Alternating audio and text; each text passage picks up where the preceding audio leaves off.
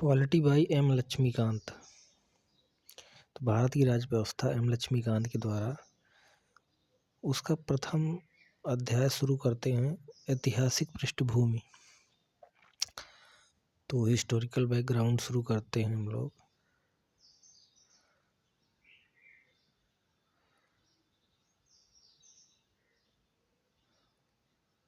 हाँ ठीक है। भारत में ब्रिटिश 1600 ईस्वी में ईस्ट इंडिया कंपनी के रूप में व्यापार करने आए। महारानी एलिजाबेथ के चार्टर द्वारा उन्हें भारत में व्यापार करने के विस्तृत अधिकार प्राप्त थे।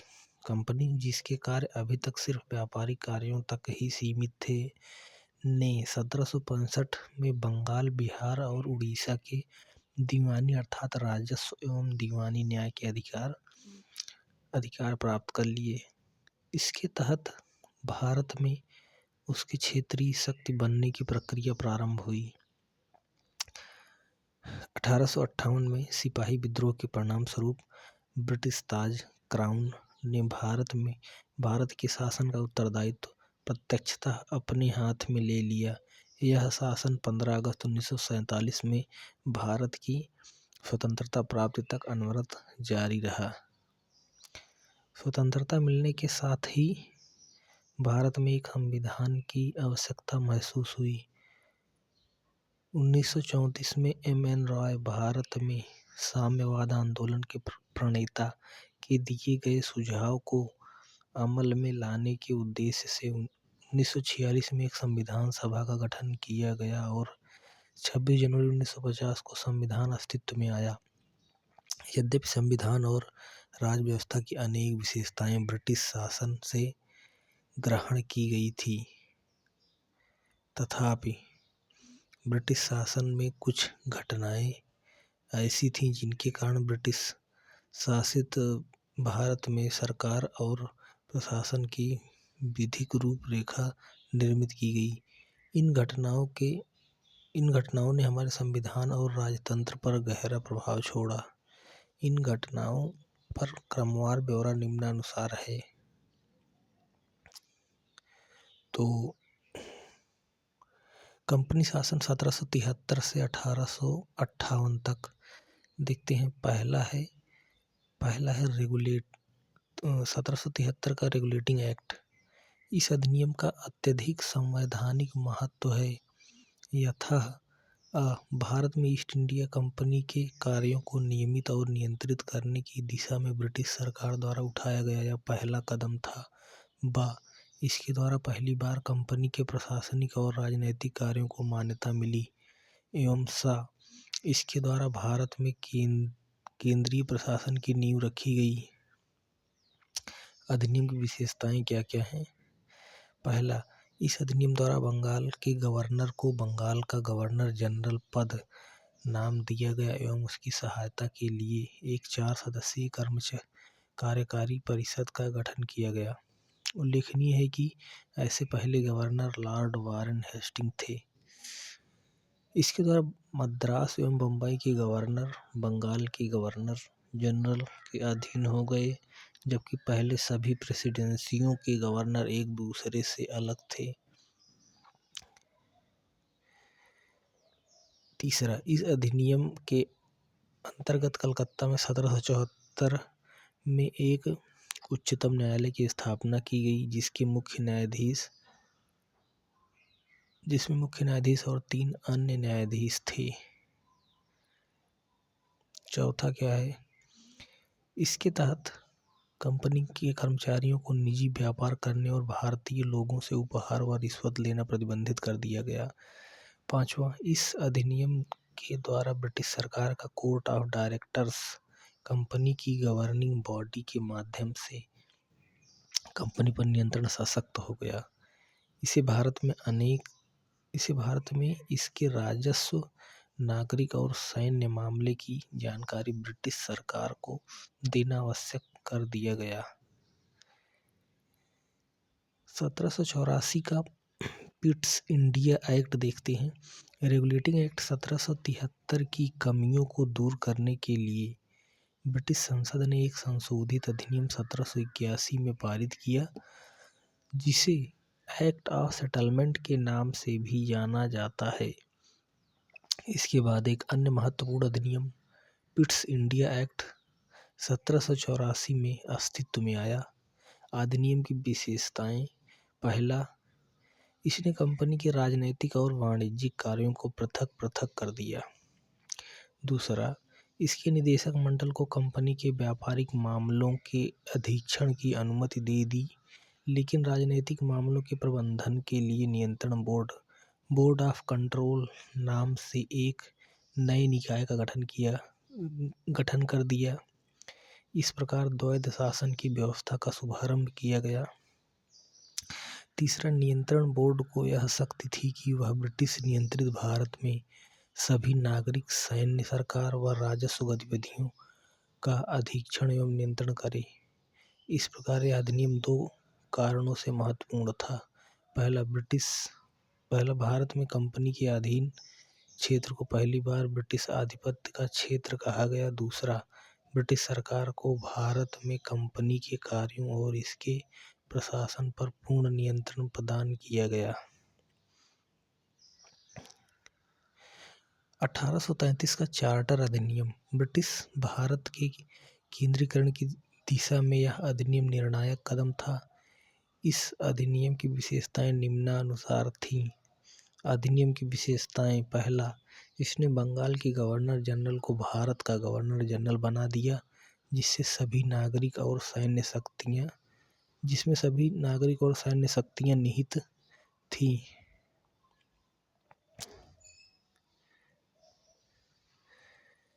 इस प्रकार इस अधिनियम ने पहली बार एक ऐसी सरकार का निर्माण किया जिसका ब्रिटिश कब्जे वाले संपूर्ण भारतीय क्षेत्र पर पूर्ण नियंत्रण था।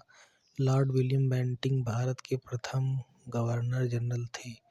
दूसरा, इसने मद्रास और बम्बई के गवर्नरों को विधायिका संबंधी शक्ति से वंचित कर दिया। भारत के गवर्नर जनरल को पूरे ब्रिटिश भारत में विधायिका के असीमित अधिकार प्रदान कर दिए गए। इसके अंतर्गत पहले बनाए गए कानूनों को नियामक कानून कहा गया और नए कानून के तहत बने कानूनों को एक्ट या अधिनियम कहा गया। तीसरा, ईस्ट इंडिया कंपनी की एक व्यापारिक निकाय के रूप में की जाने वाली गतिविधियों को समाप्त कर दिया गया। अब यह विशुद्ध रूप से प्रशासनिक निकाय बन गया।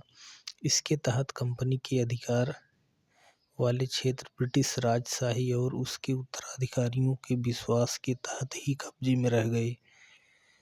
चौथा, चार्टर एक्ट 1833 ने सिविल सेवकों के चयन के लिए खुली प्रतियोगिता का आयोजन शुरू करने का प्रयास किया। इसमें कहा गया कि कंपनी में भारतीयों को किसी पद, कार्यालय और रोजगार को हासिल करने से वंचित नहीं किया जाएगा। हालांकि कोर्ट ऑफ डायरेक्टर्स के विरोध के कारण इस प्रावधान को समाप्त कर दिया गया। 1853 का चार्टर अधिनियम 1793 से 1853 के दौरान ब्रिटिश संसद द्वारा पारित किए गए चार्टर अधिनियमों की श्रृंखला में यह अंतिम अधिनियम था। संवैधानिक विकास की दृष्टि से यह अधिनियम एक महत्वपूर्ण अधिनियम था। इस अधिनियम की विशेषताएं निम्नानुसार थी। अधिनियम की विशेषताएं: इसने पहली बार गवर्नर जनरल की परिषद के विधायी एवं प्रशासनिक कार्यों को अलग कर दिया। इसके तहत परिषद में 6 नए पार्षद और जोड़े गए। इन्हें विधान पार्षद कहा गया। दूसरे शब्दों में, इसने गवर्नर जनरल के लिए नई विधान परिषद का गठन किया, जिसे भारतीय केंद्रीय विधान परिषद कहा गया। परिषद की इस शाखा ने छोटी संसद की तरह कार्य किया। इसमें वही प्रक्रियाएं अपनाई गईं जो ब्रिटिश संसद में अपनाई जाती थीं। इस प्रकार विधायिका को पहली बार सरकार के विशेष कार्य के रूप में जाना गया, जिसके लिए विशेष मशीनरी और प्रक्रिया की जरूरत थी। दूसरा, इसने सिविल सेवकों की भर्ती एवं चयन हेतु खुली प्रतियोगिता व्यवस्था का शुभारंभ किया। इस प्रकार विशिष्ट सिविल सेवा भारतीय नागरिकों के लिए भी खोल दी गई और इसके लिए 1854 में भारतीय सिविल सेवा के संबंध में मैकाले समिति की नियुक्ति की गई। इसने कंपनी के शासन को विस्तारित कर दिया और भारतीय क्षेत्र को इंग्लैंड राजशाही के विश्वास के तहत कब्जे में रखने का अधिकार दिया। लेकिन पूर्व अधिनियमों के विपरीत इसमें किसी निश्चित समय का निर्धारण नहीं किया गया था। इससे स्पष्ट था कि संसद द्वारा कंपनी का शासन किसी भी समय समाप्त किया जा सकता था। इसने प्रथम बार भारतीय केंद्रीय विधान परिषद में स्थानीय प्रतिनिधित्व प्रारंभ किया। गवर्नर जनरल की परिषद में 6 नए सदस्यों में से 4 का चुनाव बंगाल, मद्रास, बम्बई और आगरा की स्थानीय प्रांतीय सरकारों द्वारा किया जाना था। ताज का शासन 1858 से 1947 तक। 1858 का भारत शासन अधिनियम। इस महत्वपूर्ण कानून का निर्माण 1857 के विद्रोह के बाद किया गया, जिसे भारत का प्रथम स्वतंत्रता संग्राम या सिपाही विद्रोह भी कहा जाता है। भारत के शासन को अच्छा बनाने वाला अधिनियम नाम की प्रसिद्ध इस कानून ने ईस्ट इंडिया कंपनी को समाप्त कर दिया और गवर्नरों, क्षेत्रों और राजस्व संबंधी शक्तियां ब्रिटिश राजशाही को हस्तांतरित कर दी। अधिनियम की विशेषताएं। पहला, इसके तहत भारत का शासन सीधे महारानी विक्टोरिया के अधीन चला गया। गवर्नर जनरल का पदनाम बदलकर भारत का वायसराय कर दिया गया। वह वायसराय भारत में ब्रिटिश ताज का प्रत्यक्ष प्रतिनिधि बन गया। लॉर्ड कैनिंग भारत के प्रथम वायसराय बने। दूसरा, इस अधिनियम ने नियंत्रण बोर्ड और निदेशक कोर्ट समाप्त कर भारत में शासन की द्वैध प्रणाली समाप्त कर दी।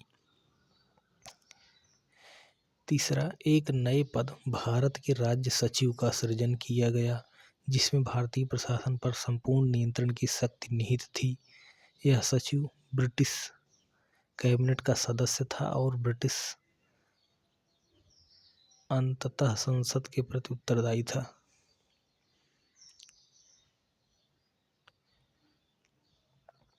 चौथा, भारत सचिव की सहायता के लिए 15 सदस्यीय परिषद का गठन किया गया, जो एक सलाहकार समिति थी। परिषद का अध्यक्ष भारत सचिव को बनाया गया। पांचवा, इस कानून के तहत भारत सचिव की परिषद का गठन किया गया, जो एक निगमित निकाय थी और जिसे भारत और इंग्लैंड में मुकदमा करने का अधिकार था।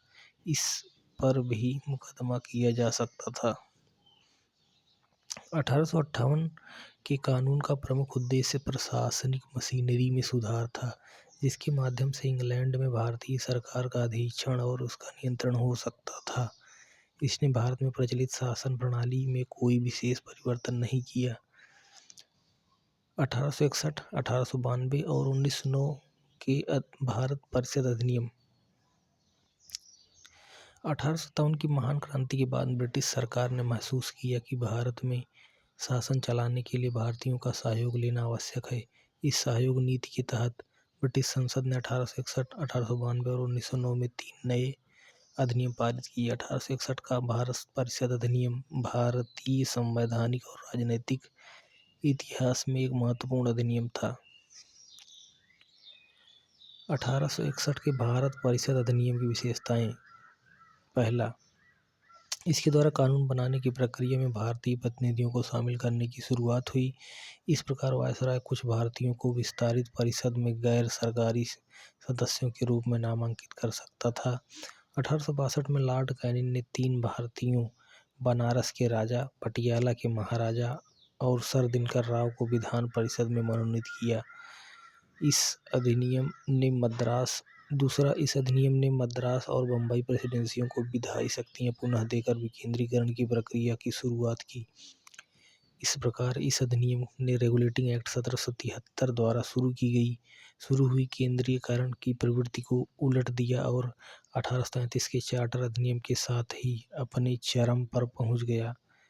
इस विधायी विकास की नीति के कारण 1937 तक प्रांतों को संपूर्ण आंतरिक स्वायत्तता हासिल हो गई। तीसरा, बंगाल, उत्तर पश्चिम सीमा प्रांत और पंजाब में क्रमशः 1862, 1866 और 1897 में विधान परिषदों का गठन हुआ। चौथा, इसने वायसराय को परिषद में कार्य संचालन के लिए अधिक नियम और आदेश बनाने की शक्तियाँ प्रदान की। इसने लॉर्ड कैनिंग द्वारा 1859 में प्रारंभ की गई पोर्टफोलियो प्रणाली को भी मान्यता दी। इसके अंतर्गत वायसराय की परिषद का एक सदस्य एक या अधिक सरकारी विभागों का प्रभारी बनाया जा सकता था तथा उसे इस विभाग में काउंसिल की ओर से अंतिम आदेश पारित करने का अधिकार था। पांचवा, इसने वायसराय को आपातकाल में बिना काउंसिल की संस्तुति के अध्यादेश जारी करने के लिए अधिकृत किया। ऐसे अध्यादेश की अवधि मात्र 6 माह होती थी। 1892 के अधिनियम की विशेषताएं। पहला, इसके माध्यम से केंद्रीय और प्रांतीय विधान परिषदों में अतिरिक्त गैर सरकारी सदस्यों की संख्या बढ़ाई गई, हालांकि बहुमत सरकारी सदस्यों का ही रहता था।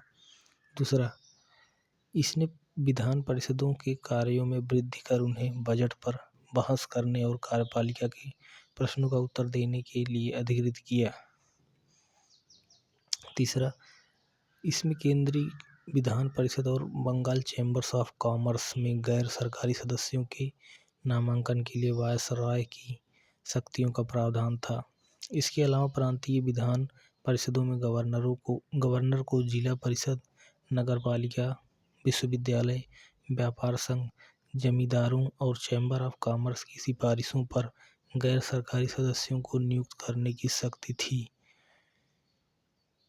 इस अधिनियम ने केंद्रीय और प्रांतीय विधान परिषदों दोनों में गैर सरकारी सदस्यों की नियुक्ति के लिए एक सीमित और परोक्ष रूप से चुनाव का प्रावधान किया। हालांकि चुनाव शब्द का अधिनियम में प्रयोग नहीं हुआ था। इसे निश्चित निकायों की सिफारिश पर की जाने वाली नामांकन की प्रक्रिया कहा गया। 1909 के अधिनियम की विशेषताएं। इस अधिनियम को पार्लियामेंट सुधार के नाम से भी जाना जाता है। उस समय लॉर्ड मार्ले इंग्लैंड में भारत के राज्य सचिव थे और लॉर्ड मिंटो भारत में वायसराय थे। पहला, इसने केंद्रीय और प्रांतीय परिषदों के आकार में काफ़ी वृद्धि की। केंद्रीय परिषद में इनकी संख्या 16 से 60 हो गई। प्रांतीय विधान परिषद में इनकी संख्या एक समान नहीं थी। दूसरा, इसने केंद्रीय परिषद में सरकारी बहुमत को बनाए रखा, लेकिन प्रांतीय परिषदों में गैर सरकारी सदस्यों का बहुमत की अनुमति थी। तीसरा, इसने दोनों स्तरों पर विधान परिषदों के चर्चा कार्यों का दायरा बढ़ाया। उदाहरण के तौर पर अनुपूरक प्रश्न पूछना, बजट पर संकल्प रखना आदि।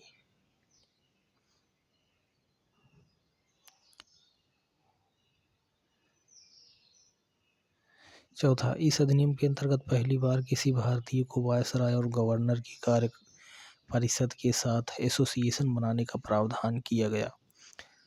सत्येंद्र प्रसाद सिन्हा वायसराय की कार्यपालिका परिषद के प्रथम भारतीय सदस्य बने। उन्हें विधि सदस्य बनाया गया। पांचवा, इस अधिनियम ने पृथक निर्वाचन के आधार पर मुस्लिमों के लिए सांप्रदायिक प्रतिनिधित्व का प्रावधान किया। इसके अंतर्गत मुस्लिम सदस्यों का चुनाव मुस्लिम मतदाता ही कर सकते थे। इस प्रकार अधिनियम ने सांप्रदायिकता को वैधानिकता प्रदान की और लॉर्ड मिंटो को सांप्रदायिक निर्वाचन के जनक के रूप में जाना गया। छठा, इसने presidency, corporation, chamber of commerce, विश्वविद्यालयों और जमींदारों के लिए अलग प्रतिनिधित्व का प्रावधान किया।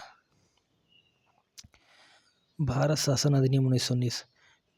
20 अगस्त 1917 को ब्रिटिश सरकार ने पहली बार घोषित किया कि उसका उद्देश्य भारत में क्रमिक रूप से उत्तरदायी सरकार की स्थापना करना था।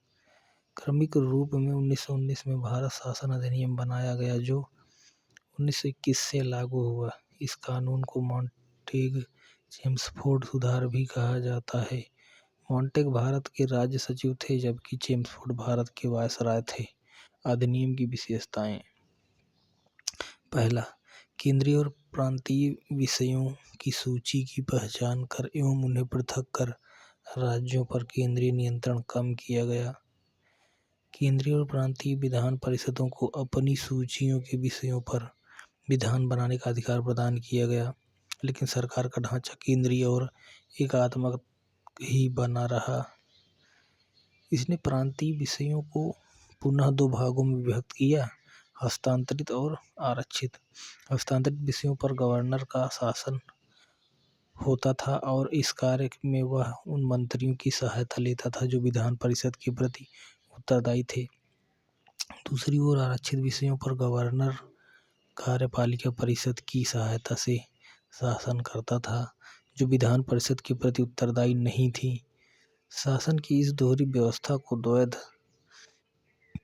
यूनानी वर्ड डाइआर्की से व्युत्पन्न शासन व्यवस्था कहा गया। हालांकि यह व्यवस्था काफी हद तक असफल ही रही। तीसरा, इस अधिनियम ने पहली बार देश में द्विसदनीय व्यवस्था और प्रत्यक्ष निर्वाचन की व्यवस्था प्रारंभ की। इस प्रकार भारतीय परिषद के स्थान पर द्विसदनीय व्यवस्था यानी राज्यसभा और लोकसभा का गठन किया गया। दोनों सदनों में बहुसंख्यक सदस्यों को प्रत्यक्ष निर्वाचन के माध्यम से निर्वाचित किया जाता था। इसके अनुसार वायसराय की कार्यकारिणी परिषद के 6 सदस्यों में से कमांडर इन चीफ को छोड़कर 3 सदस्यों का भारतीय होना आवश्यक था। 5वां, इसने सांप्रदायिक आधार पर सिखों, भारतीय ईसाइयों, आंग्ल भारतीयों और यूरोपियों के लिए भी पृथक निर्वाचन के सिद्धांत को विस्तारित कर दिया। 6ठा, इस कानून ने संपत्ति, कर या शिक्षा के आधार पर सीमित संख्या में लोगों को मताधिकार प्रदान किया। 7वां, इस कानून ने लंदन में भारत के उच्चायुक्त के कार्यालय का सृजन किया और अब तक भारत सचिव द्वारा किए जा रहे कुछ कार्यों को उच्चायुक्त को स्थानांतरित कर दिया गया। 8वां, इससे एक लोक सेवा आयोग का गठन किया गया। अतः 1926 में सिविल सेवकों की भर्ती के लिए केंद्रीय लोक सेवा आयोग का गठन किया गया। 9वां, इसने पहली बार केंद्रीय बजट को राज्यों के बजट से अलग कर दिया और राज्य विधानसभाओं ने अपना बजट स्वयं बनाने के लिए अधिकृत कर दिया। 10वां, इसके अंतर्गत एक वैधानिक आयोग का गठन किया गया, जिसका कार्य 10 वर्ष बाद जांच करने के बाद अपनी रिपोर्ट प्रस्तुत करना था। साइमन आयोग। ब्रिटिश सरकार ने नवंबर 1927 में यानी निर्धारित समय से 2 वर्ष पूर्व ही नए संविधान में भारत की स्थिति का पता लगाने के लिए सर जॉन साइमन के नेतृत्व में 7 सदस्यीय वैधानिक आयोग के गठन की घोषणा की। आयोग के सभी सदस्य ब्रिटिश थे, इसलिए सभी दलों ने इसका बहिष्कार किया। आयोग ने 1930 में अपनी रिपोर्ट पेश की तथा द्वैध शासन प्रणाली, राज्यों में सरकारों का विस्तार, ब्रिटिश भारत के संघ की स्थापना एवं सांप्रदायिक निर्वाचन व्यवस्था को जारी रखने की सिफारिशें की।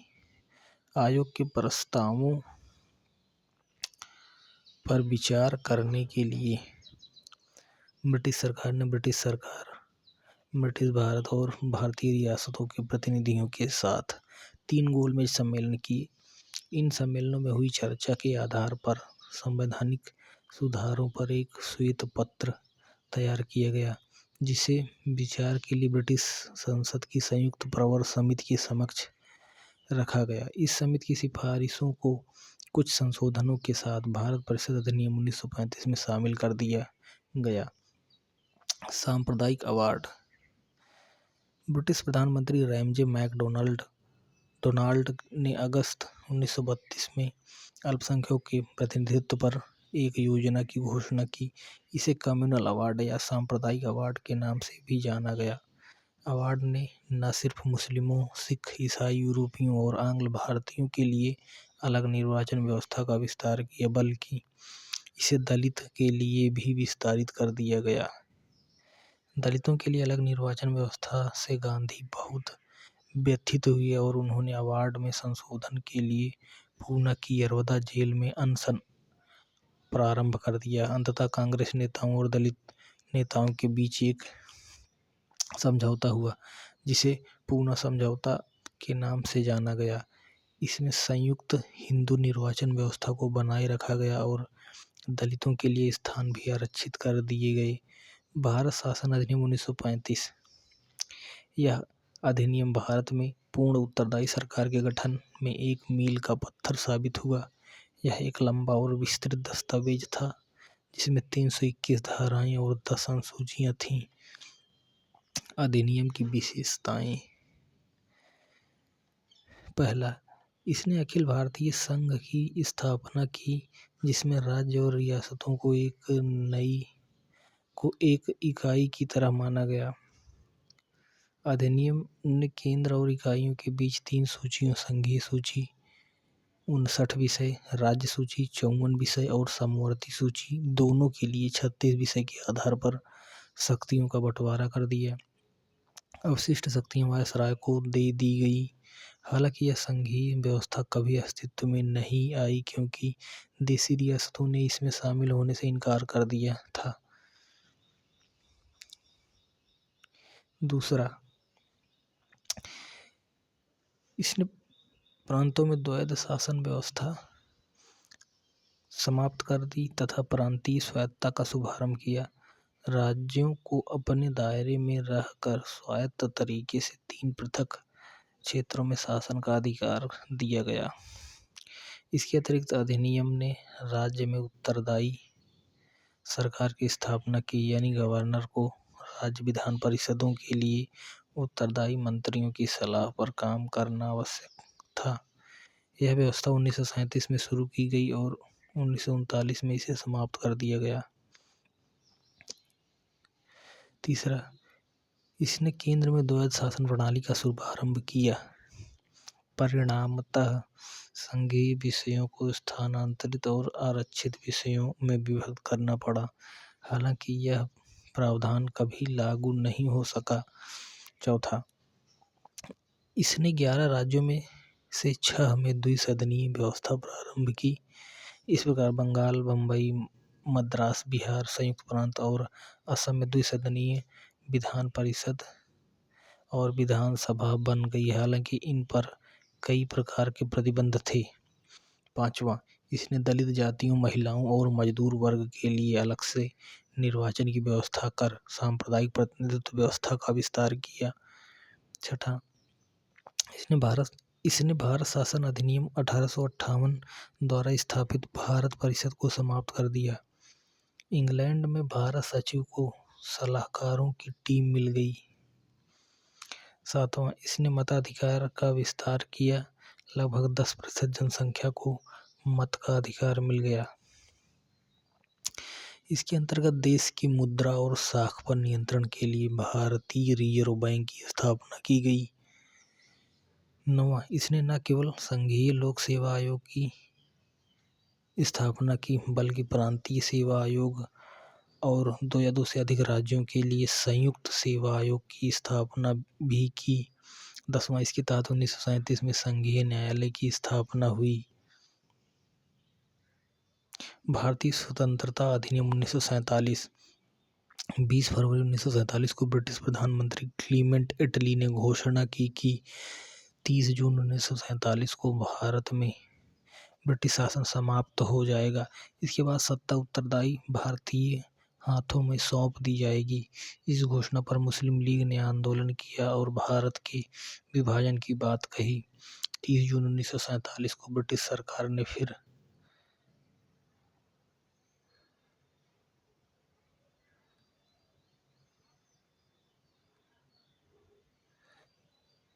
स्पष्ट किया कि 1946 में गठित संविधान सभा द्वारा बनाया गया संविधान उन क्षेत्रों में लागू नहीं होगा जो इसे स्वीकार नहीं करेंगे। उसी दिन 3 जून 1947 को वायसराय लॉर्ड माउंटबेटन ने विभाजन की योजना पेश की, जिसे माउंटबेटन योजना कहा गया। इस योजना को कांग्रेस और मुस्लिम लीग ने स्वीकार कर लिया। इस प्रकार भारतीय स्वतंत्रता अधिनियम 1947 बनाकर उसे लागू कर दिया गया। अधिनियम की विशेषताएं। पहला, इसने भारत में ब्रिटिश राज समाप्त कर 15 अगस्त 1947 को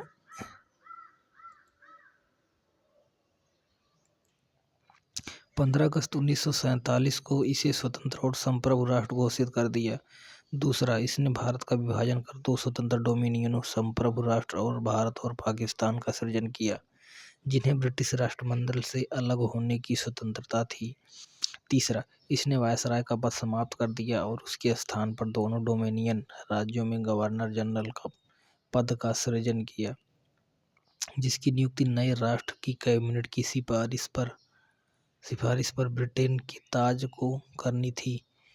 इन पर ब्रिटेन की सरकार का कोई नियंत्रण नहीं होना था।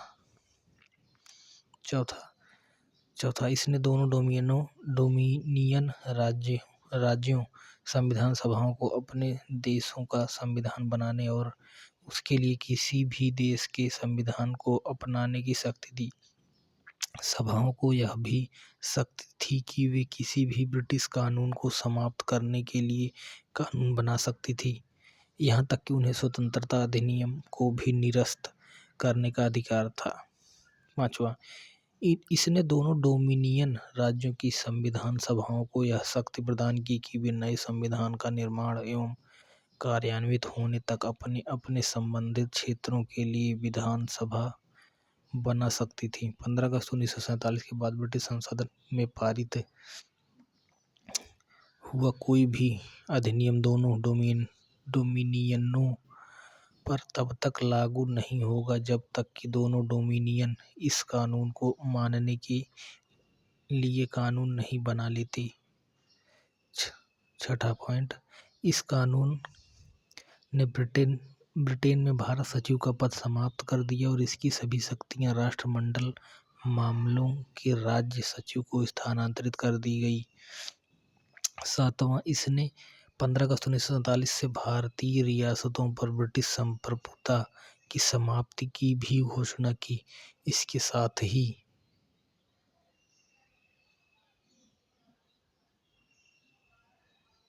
आदिवासी क्षेत्र समझौतों पर भी ब्रिटिश हस्तक्षेप समाप्त हो गया।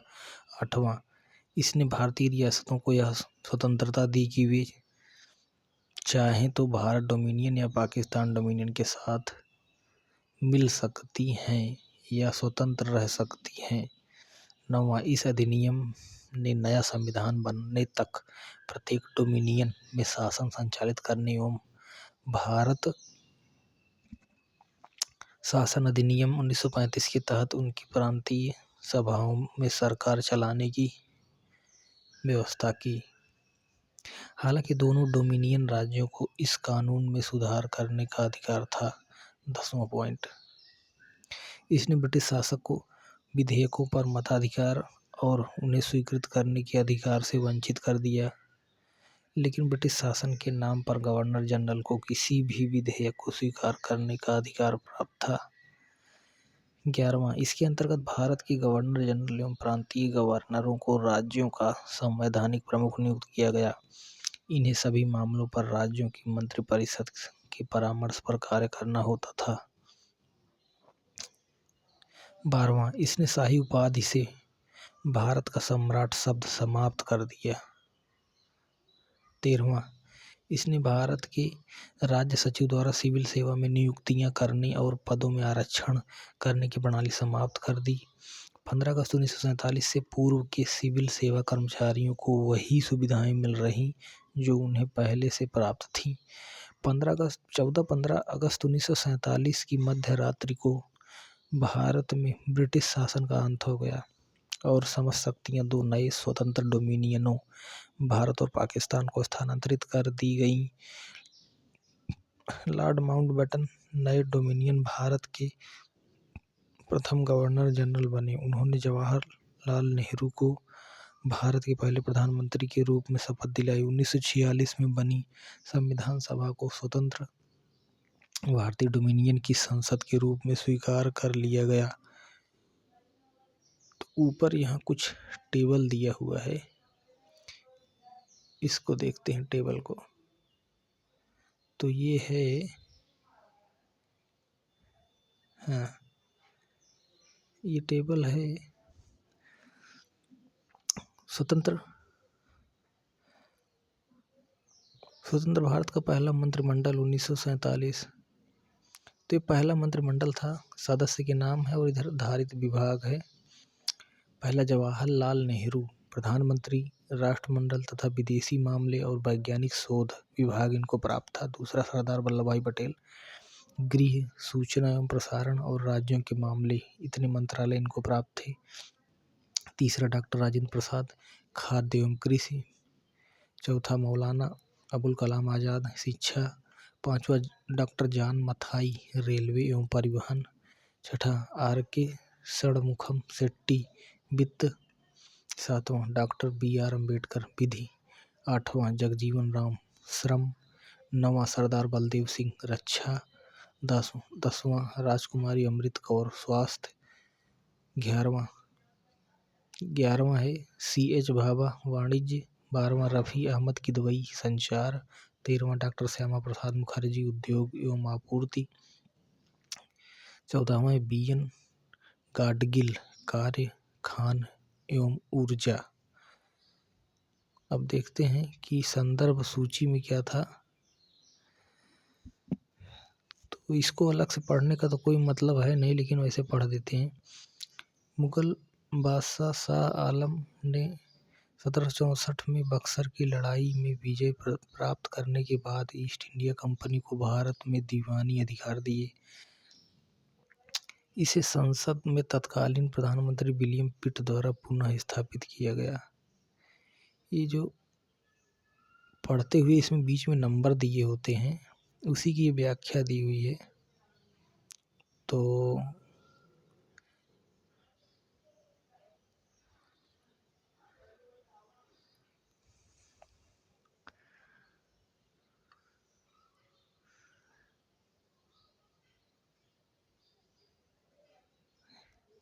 इसको स्किप करते हैं, दूसरे पे आते हैं। दूसरा चैप्टर है संविधान का निर्माण, मेकिंग ऑफ द कॉन्स्टिट्यूशन।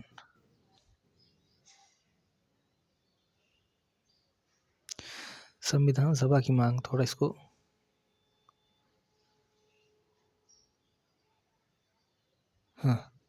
संविधान सभा की मांग। भारत में संविधान सभा के गठन पर विचार वर्ष 1934 में पहली बार MN रॉय ने रखा। भारत में वामपंथी आंदोलन के प्रखर नेता थे। 1935 में भारतीय राष्ट्रीय कांग्रेस ने पहली बार भारत के संविधान के निर्माण के लिए आधिकारिक रूप से संविधान सभा के गठन की मांग की।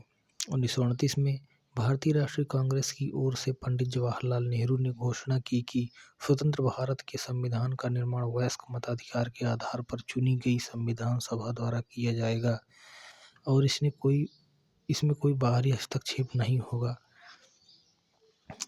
नेहरू की इस मांग को अंततः ब्रिटिश सरकार ने सैद्धांतिक रूप से स्वीकार कर लिया। इसे सन 1940 के अगस्त प्रस्ताव के नाम से जाना जाता है।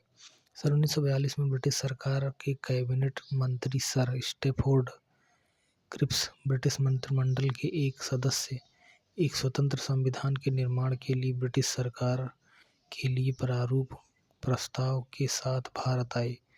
इस संविधान को द्वितीय विश्व युद्ध के बाद अपनाया जाना था। क्रिप्स प्रस्ताव को मुस्लिम लीग ने अस्वीकार कर दिया। मुस्लिम लीग की मांग थी कि भारत को 2 स्वायत्त हिस्सों में बांट दिया जाए, जिनकी अपनी अपनी संविधान सभाएं हों। अंततः भारत में एक कैबिनेट मिशन को भेजा गया और इस मिशन ने 2 संविधान सभाओं की मांग को ठुकरा दिया, लेकिन उसने ऐसी संविधान सभा के निर्माण की योजना सामने रखी जिसने मुस्लिम लीग को काफ़ी हद तक संतुष्ट कर दिया। संविधान सभा का गठन। कैबिनेट मिशन योजना द्वारा सुझाए गए प्रस्तावों के तहत नवंबर 1946 में संविधान सभा का गठन हुआ। योजना की विशेषताएं थी संविधान सभा की। पहला, संविधान सभा की कुल सदस्य संख्या 389 होनी थी। इनमें से 296 सीटें ब्रिटिश भारत और 93 सीटें देशी रियासतों को आवंटित की जानी थी। ब्रिटिश भारत को आवंटित की गई सीटों में 292 सदस्यों का चयन 11 गवर्नरों के प्रांतों और 4 का चयन मुख्य आयुक्तों के प्रांतों प्रत्येक में से एक से किया जाना था। दूसरा, हर प्रांत व देशी रियासतों अथवा छोटे राज्यों के मामलों में राज्यों के समूह को उनकी जनसंख्या के अनुपात में सीटें आवंटित की जानी थी। मोटे तौर पर कहा जाए तो प्रत्येक 10 लाख लोगों पर एक सीट आवंटित की जानी थी। तीसरा, प्रत्येक ब्रिटिश प्रांत को आवंटित की गई सीटों का निर्धारण 3 प्रमुख समुदायों के बीच उनकी जनसंख्या के अनुपात में किया जाना था। ये 3 समुदाय थे मुस्लिम, सिख व सामान्य। मुस्लिम और सिख को छोड़कर। चौथा, प्रत्येक समुदाय के प्रतिनिधियों का चुनाव प्रांतीय असेंबली में उस समुदाय के सदस्यों द्वारा किया जाना था और एकल संक्रमणीय मत के माध्यम से समानुपातिक प्रतिनिधित्व तरीके से मतदान किया जाना था। पांचवा, देशी रियासतों के प्रतिनिधियों का चयन रियासतों के प्रमुखों द्वारा किया जाना था। अतः यह स्पष्ट था कि संविधान सभा आंशिक रूप से चुनी हुई और आंशिक रूप से नामांकित निकाय थी। इसके अलावा सदस्यों का चयन अप्रत्यक्ष रूप से प्रांतीय व्यवस्थापिका के सदस्यों द्वारा किया जाना था, जिसका चुनाव एक सीमित मताधिकार के आधार पर किया गया था। संविधान सभा के लिए चुनाव जुलाई-अगस्त 1946 में हुआ। ब्रिटिश भारत के लिए आवंटित 296 सीटों हेतु इस चुनाव में भारतीय राष्ट्रीय कांग्रेस को 208, मुस्लिम लीग को 73 तथा छोटे समूह व स्वतंत्र सदस्यों को 15 सीटें मिली। हालांकि देशी रियासतों को आवंटित की गई 93 सीटें भर नहीं पाईं क्योंकि उन्होंने खुद को संविधान सभा से अलग रखने का निर्णय लिया। यद्यपि संविधान सभा का चुनाव भारत के वयस्क मतदाताओं द्वारा प्रत्यक्ष रूप से नहीं हुआ, तथापि इनमें प्रत्येक समुदाय हिंदू, मुस्लिम, सिख, पारसी, आंग्ल भारतीय, भारतीय ईसाई, अनुसूचित जाति, अनुसूचित जनजाति के प्रतिनिधियों को जगह मिली। इनमें महिलाएं भी शामिल थीं। महात्मा गांधी के अपवाद को छोड़ दें तो सभा में उस समय भारत की सभी बड़ी हस्तियां शामिल थीं। संविधान सभा की कार्यप्रणाली। संविधान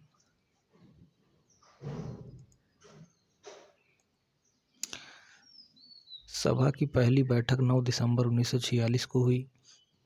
मुस्लिम लीग ने बैठक का बहिष्कार किया और अलग पाकिस्तान की मांग पर बल दिया, इसलिए बैठक में केवल 211 सदस्यों ने हिस्सा लिया। फ्रांस की तरह इस सभा के सबसे वरिष्ठ सदस्य डॉक्टर सच्चिदानंद सिन्हा को सभा का अस्थायी अध्यक्ष चुना गया।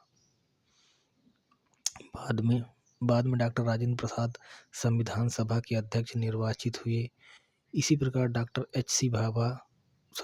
एच.सी. मुखर्जी तथा बी.टी. कृष्णमाचारी सभा के उपाध्यक्ष निर्वाचित हुए। दूसरे शब्दों में संविधान सभा के 2 उपाध्यक्ष थे। उद्देश्य प्रस्ताव। 13 दिसंबर 1946 को पंडित नेहरू ने सभा में ऐतिहासिक उद्देश्य प्रस्ताव पेश किया। इसमें संवैधानिक संरचना के ढांचे एवं दर्शन की झलक थी। इसमें कहा गया,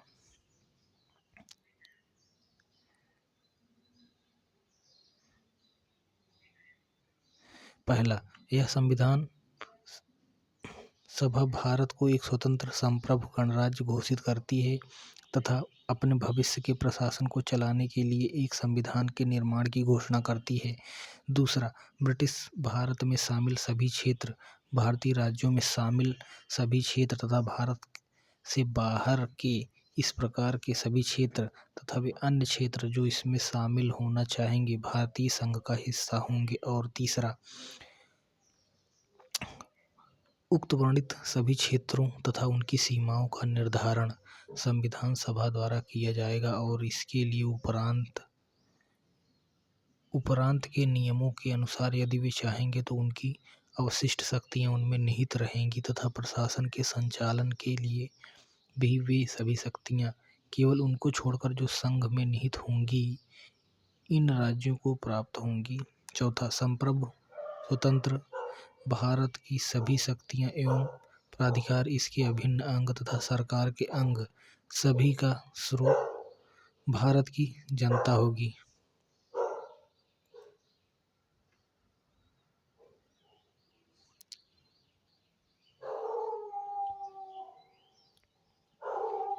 पांचवा, भारत के सभी लोगों के लिए न्याय, सामाजिक, आर्थिक और राजनीतिक स्वतंत्रता एवं सुरक्षा, अवसर की समता, विधि के समक्ष समता, विचार एवं अभिव्यक्ति, विश्वास, भ्रमण, संगठन बनाने आदि की स्वतंत्रता तथा लोक नैतिकता की स्थापना सुनिश्चित की जाएगी।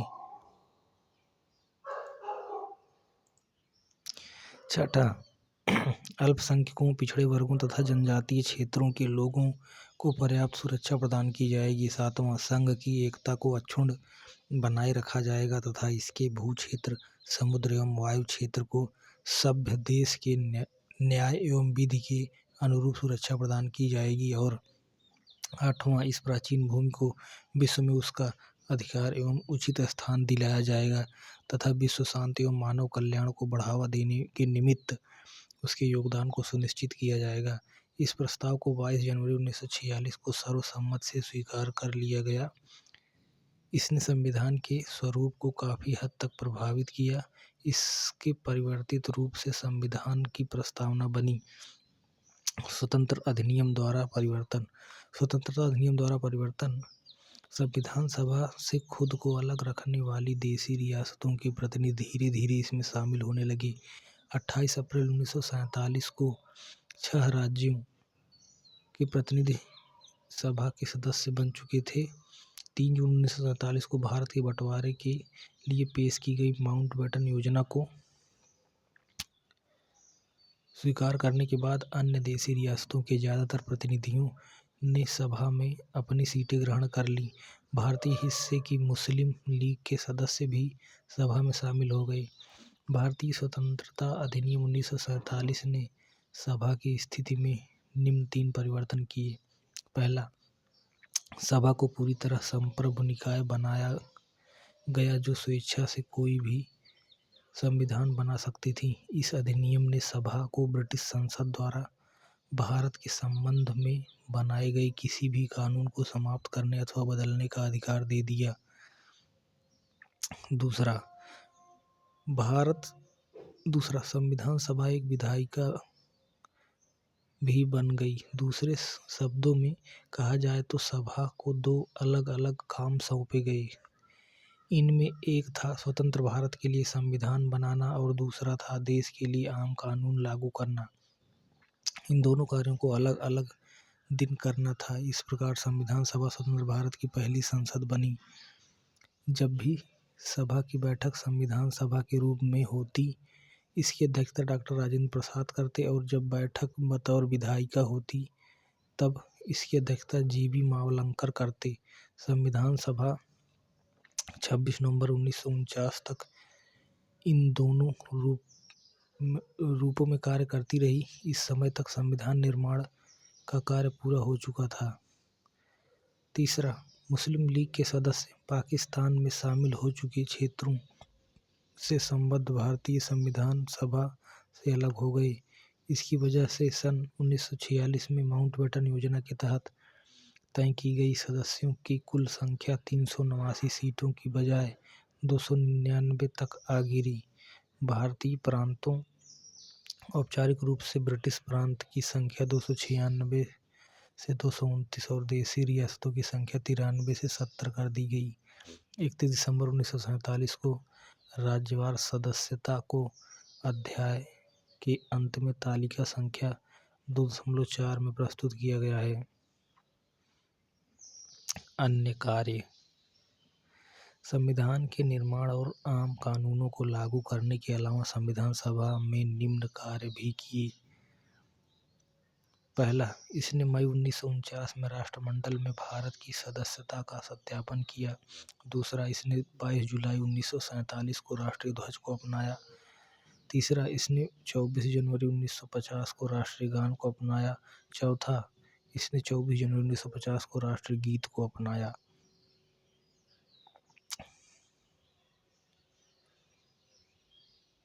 पाँचवा, इसने 24 जनवरी 1950 को डॉक्टर राजेंद्र प्रसाद को भारत के पहले राष्ट्रपति के रूप में चुना। 2 साल 11 माह और 18 दिन में संविधान सभा की कुल 11 बैठकें हुई। संविधान निर्माताओं ने लगभग 60 देशों के संविधानों का अवलोकन किया और इसके प्रारूप पर 114 दिनों तक विचार हुआ। संविधान के निर्माण पर कुल 64 लाख रुपए खर्च आया। 24 जनवरी 1950 को संविधान सभा की अंतिम बैठक हुई। इसके बाद सभा ने 26 जनवरी 1950 से 1951-52 में हुए आम चुनावों के बाद बनने वाली नई संसद के निर्माण तक भारत की अंतरिम संसद के रूप में काम किया।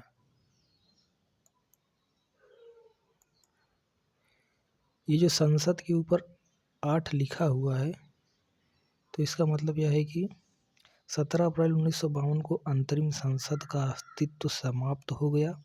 पहली निर्वाचित संसद दोनों सदनों के साथ मई 1952 में अस्तित्व में आई। फिर देखते हैं संविधान सभा की समितियां। तो संविधान सभा ने संविधान के निर्माण से संबंधित विभिन्न कार्यों को करने के लिए कई समितियों का गठन किया। इनमें से 8 बड़ी समितियां थीं तथा अन्य छोटी। इन समितियों तथा इनके अध्यक्षों के नाम इस प्रकार हैं। बड़ी समितियां: संघ समिति, संघ शक्ति समिति जवाहरलाल नेहरू, दूसरा संघीय संविधान समिति जवाहरलाल नेहरू, तीसरा प्रांतीय संविधान समिति सरदार पटेल, चौथा प्रारूप समिति डॉक्टर BR अम्बेडकर, पांचवा मौलिक अधिकारों, अल्पसंख्यकों एवं जनजातियों तथा बहिष्कृत क्षेत्रों के लिए सलाहकार समिति, परामर्शदाता समिति सरदार पटेल। इस समिति के अंतर्गत निम्नलिखित 5 उप समितियां थीं। का मौलिक अधिकार उप समिति, इसके अध्यक्ष थे JB कृपलानी। ख अल्पसंख्यक उप समिति, इसके अध्यक्ष थे HC Mukherjee.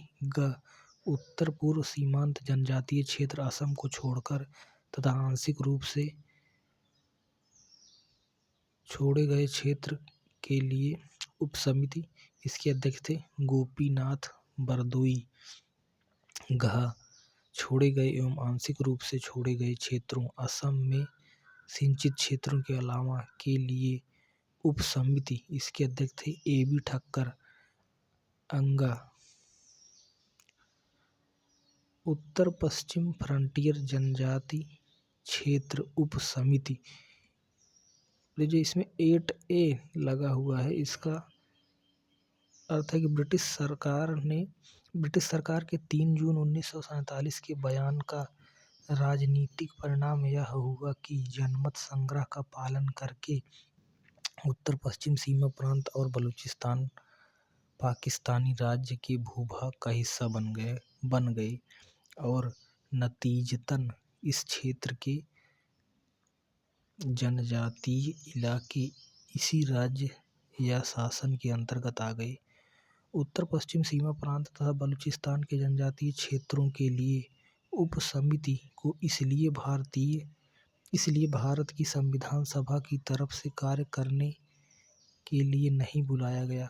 B Shivrai reframing of Indian constitution select document volume 3 पृष्ठ 681। उप समिति के सदस्य थे खान अब्दुल गफ्फार खान, खान अब्दुल समद खान तथा मेहरचंद खन्ना। अध्यक्ष के बारे में जानकारी नहीं मिलती। तो देखते हैं छठवां क्या है। प्रक्रिया नियम समिति डॉक्टर राजेंद्र प्रसाद, इसके अध्यक्ष थे। सातवां राज्यों के लिए समिति, राज्यों से समझौता करने वाली, इसके अध्यक्ष थे जवाहरलाल नेहरू। और आठवां संचालन समिति, इसके अध्यक्ष थे डॉक्टर राजेंद्र प्रसाद। छोटी समितियों के बारे में देखते हैं। पहला वित्त एवं कर्मचारी स्टाफ समिति, डॉक्टर राजेंद्र प्रसाद अध्यक्ष थे। दूसरा प्रत्यायक क्रेडेंशियल समिति, अलादी कृष्ण स्वामी अय्यर। तीसरा सदन समिति बी पट्टाभी सीतारमैया। चौथा कार्य संचालन समिति डॉक्टर के.एम. मुंशी। पांचवा राष्ट्र ध्वज संबंधी तदर्थ समिति डॉक्टर राजेंद्र प्रसाद। छठा संविधान सभा के कार्यों के लिए समिति जी.बी. मावलंकर। सातवां सर्वोच्च न्यायालय के लिए तदर्थ समिति एस. वरदाचारी, जो कि सभा के सदस्य नहीं थे। आठवां मुख्य आयुक्तों के प्रांतों के लिए समिति बी पट्टाभी सीतारमैया। नौवां संघीय संविधान के वित्तीय प्रावधानों संबंधी समिति नलिनी रंजन सरकार, जो कि सभा के सदस्य नहीं थे। 10वां भाषाई प्रांत आयोग एस.के. डार, जो कि सभा के सदस्य नहीं थे। 11वां प्रारूप संविधान की जांच के लिए विशेष समिति जवाहरलाल नेहरू। 12वां प्रेस दीर्घा समिति उषा नाथ सेन। 13 नागरिकता पर तदर्थ समिति एस. वरदाचारी। प्रारूप समिति संविधान सभा की सभी समितियों में सबसे ज़्यादा महत्वपूर्ण समिति थी प्रारूप समिति। इसका गठन 29 अगस्त 1947 को हुआ था। यह वह समिति थी जिसे नए संविधान का प्रारूप तैयार करने की जिम्मेदारी सौंपी गई थी। इसमें 7 सदस्य थे, जिनके नाम इस प्रकार हैं। पहला डॉक्टर बी.आर. अम्बेडकर, अध्यक्ष। दूसरा एन. गोपाल स्वामी अयंगर। तीसरा अल्लादी कृष्ण स्वामी अय्यर। चौथा डॉक्टर के.एम. मुंशी। पांचवा सैयद मोहम्मद सादुल्ला। छठवां एन. माधव राव, इन्होंने बी.एल. मित्र की जगह ली। उन्होंने स्वास्थ्य कारणों से त्यागपत्र दे दिया। सातवां टी.टी. कृष्णमाचारी, इन्होंने सन 1948 में डी.पी. खेतान की मृत्यु के बाद उनकी जगह ली।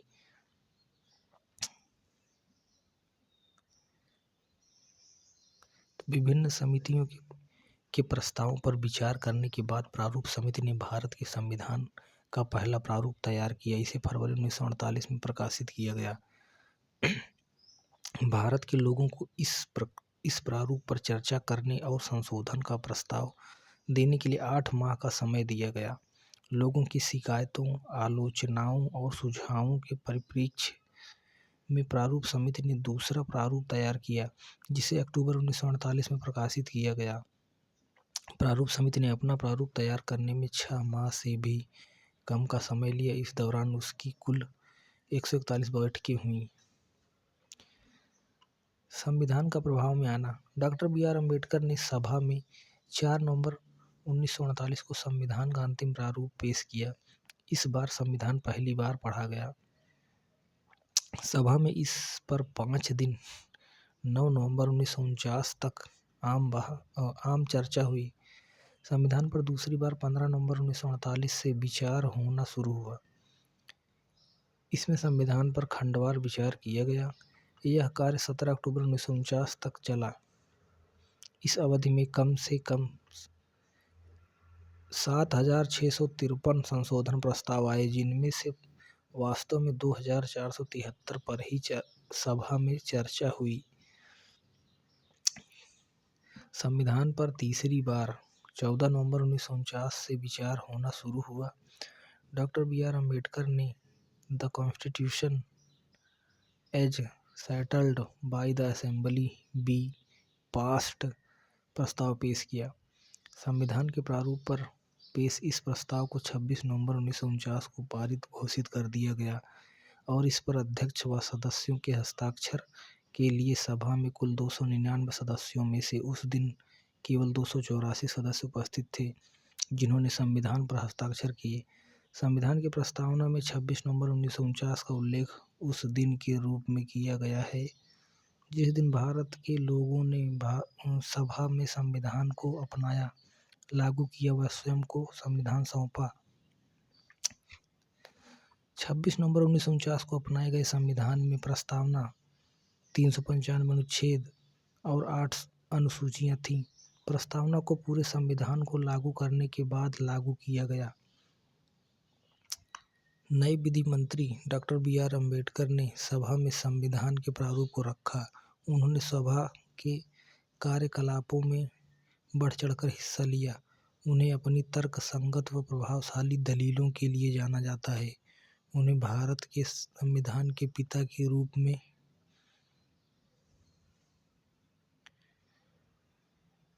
पहचाना जाता है। इस महान लेखक, संविधान विशेषज्ञ, अनुसूचित जातियों के निर्विवाद नेता और भारत के संविधान के प्रमुख शिल्पकार को आधुनिक मनु की संज्ञा दी जाती है।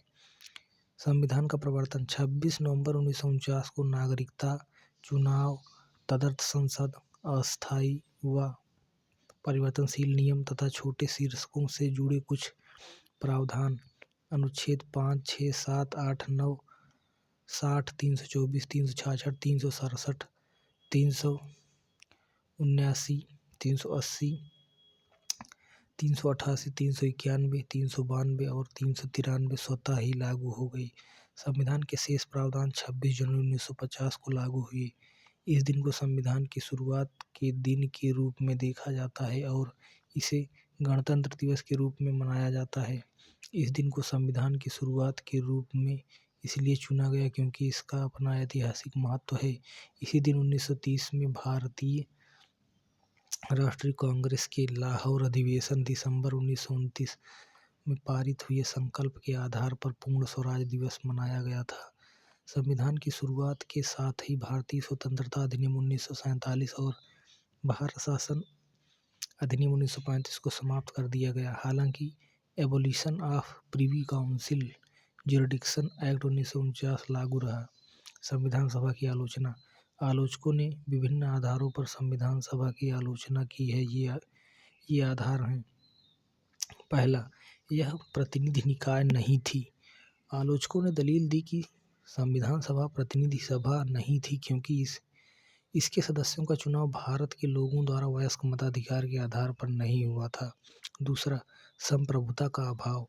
आलोचकों का कहना है कि संविधान सभा एक संप्रभु निकाय नहीं थी क्योंकि इसका निर्माण ब्रिटिश सरकार के प्रस्तावों के आधार पर हुआ।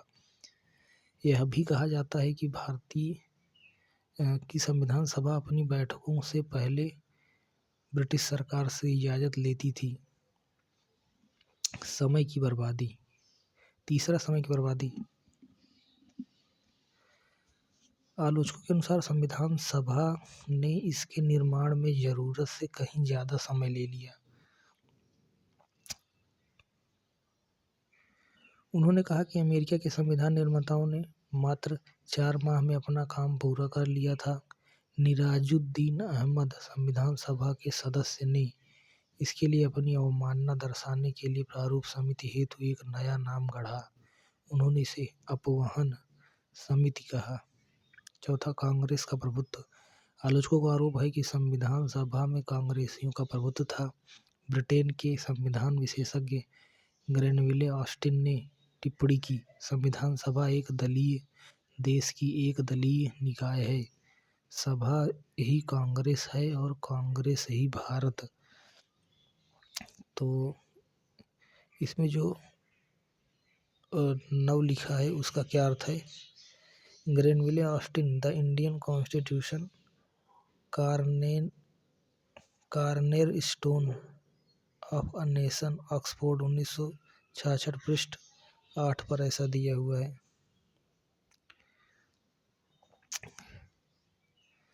पांचवा, वकीलों और राजनीतिज्ञों का प्रभुत्व। यह भी कहा जाता है कि संविधान सभा में वकीलों और नेताओं का बोलबाला था। उन्होंने कहा कि समाज में अन्य वर्गों को पर्याप्त प्रतिनिधित्व नहीं मिला। उनके अनुसार संविधान के आकार और उसकी जटिल भाषा के पीछे भी यही मुख्य कारण था। छठा, हिंदुओं का प्रभुत्व। कुछ आलोचकों के अनुसार संविधान सभा में हिंदुओं का वर्चस्व था। लॉर्ड विस्काउंट ने इसे हिंदुओं का निकाय कहा। इसी प्रकार विंस्टन चर्चिल ने टिप्पणी की कि संविधान सभा ने भारत में केवल एक बड़े समुदाय का प्रतिनिधित्व किया।